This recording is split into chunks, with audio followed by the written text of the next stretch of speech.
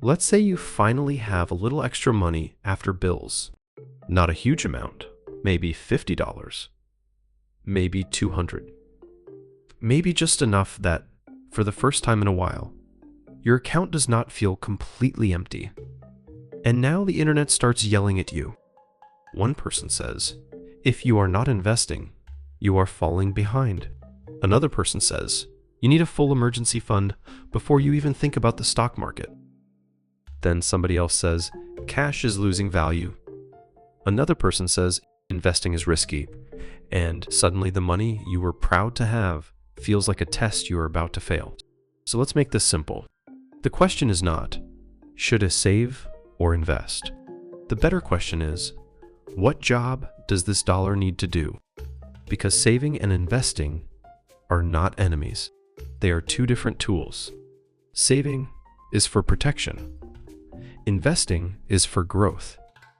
And when you use the wrong tool at the wrong time, even a smart money move can create stress. Let's start with the clean difference. Saving means keeping money somewhere stable and easy to reach. Usually, this is money you may need soon.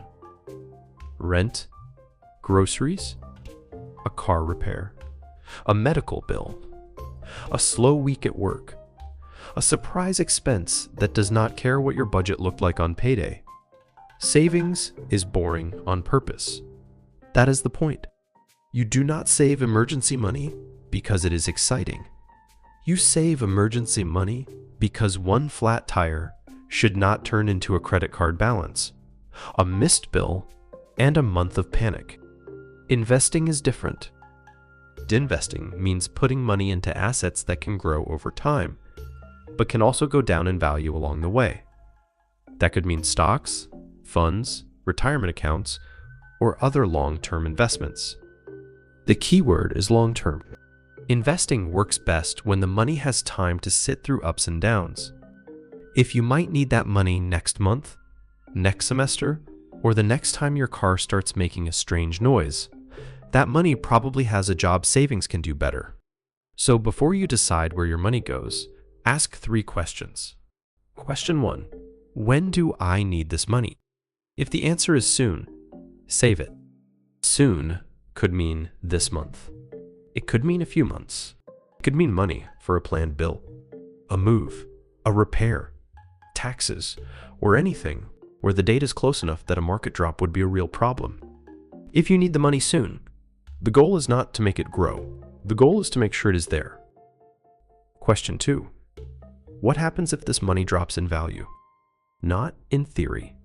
In your real life, if you invested $500 and it temporarily became $400, would you be annoyed or would you be in trouble? Those are very different answers. If you would be annoyed, that may be normal investing risk. If you would be in trouble, that money is probably not ready to be invested. And question 3, am I already protected from normal emergencies? Not every emergency. Nobody can prepare perfectly for everything. But do you have a small cushion between your life and your next financial surprise? Because without a cushion, investing can feel smart on paper while making your daily life more fragile. This is where a simple order can help. First, cover the basics that keep your life stable. Housing, food, transportation, utilities, insurance, minimum payments. The things that create real consequences if they are missed. This is not glamorous, but it is the foundation. Second, build a starter buffer. Even a small buffer can change how money feels. It might be a few $100s. It might be one paycheck worth of breathing room. The exact number depends on your life, but the purpose is the same. Stop every small surprise from becoming a crisis. A starter buffer is not there to impress anyone. It is there so one bad Tuesday does not wipe out your whole month. Third, look for financial fires. High interest debt is one example. If interest is growing faster than you can comfortably handle, that can quietly eat the progress you are trying to build. This does not mean every person should handle every debt the exact same way. But it does mean you should not ignore expensive debt while pretending everything is fine because you opened an investing app. Sometimes the best investment is reducing the thing that is draining you. Fourth, build real emergency savings.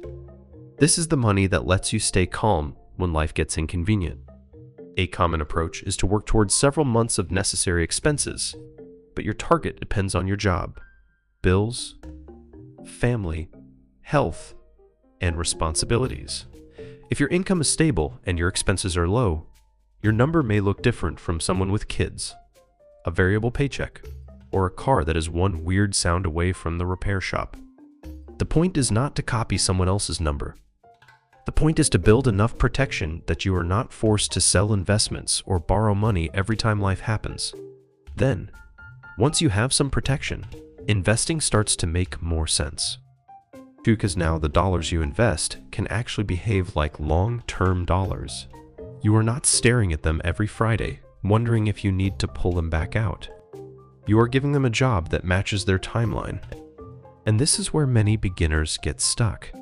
Some people save forever. They keep every extra dollar in cash because it feels safe. And emotionally, that makes sense. Cash feels real. You can see it. You can touch it. It does not jump around on a chart. But if every dollar stays in short-term mode forever, your long-term goals may never get the fuel they need. Saving protects your present. Investing helps build your future. You do not want to protect so much that nothing ever grows. But the opposite mistake is just as common. Some people invest money that should have been savings. They hear that investing is how wealth is built, so they put emergency money into the market. Then life happens. The car breaks. Work slows down. A bill shows up early. Now they either have to sell at a bad time or use debt to cover something cash should have handled. That is not because investing is bad. It is because that dollar had the wrong job. Think of it like this. A dollar you need soon is not lazy because it sits in savings. It is standing in guard. A dollar you do not need for years is not reckless because it is invested. It is going to work. The mistake is asking a guard to grow a forest, or asking a seedling to stop a break-in. Wrong job. Wrong tool. Here is a simple paycheck example. Imagine after bills and essentials, you have $100 left. If you have no buffer at all, maybe most of that first 100 goes to savings. Not because investing does not matter, but because your next emergency is closer than your retirement. Once you have a small cushion, maybe the next 100 gets split. Some to emergency savings, some to long-term investing.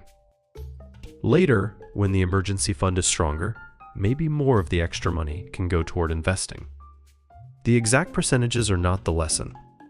The order is the lesson. Protect first, then grow, and eventually do both. Because once your system is working, saving and investing can happen at the same time. Savings handles the next few months.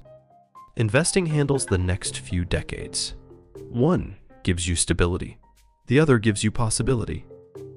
If you are still unsure what to do with your next dollar, use this quick test. If you need it in the short term, save it.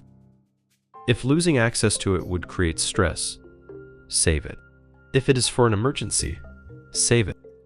If it is for a long-term goal and your short-term life is protected, consider investing it.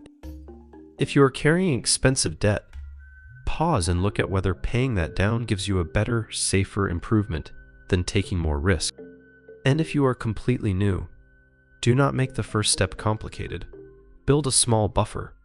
Learn the basics. Start with amounts you can understand. A good money system should make you calmer, not more confused. So no, saving is not for people who are scared, and investing is not for people who are already rich. Saving is how you stop life from knocking you backward. Investing is how you give your future a chance to move forward. The goal is not to choose one forever. The goal is to know which job your money needs to do today Short-term money protects. Long-term money grows. Emergency money stays ready. Extra money gets a plan. And once you understand that, the question becomes a lot less stressful. You do not have to be perfect. You just have to stop sending every dollar into your life without a job description. Give the dollar a job, then put it in the right place.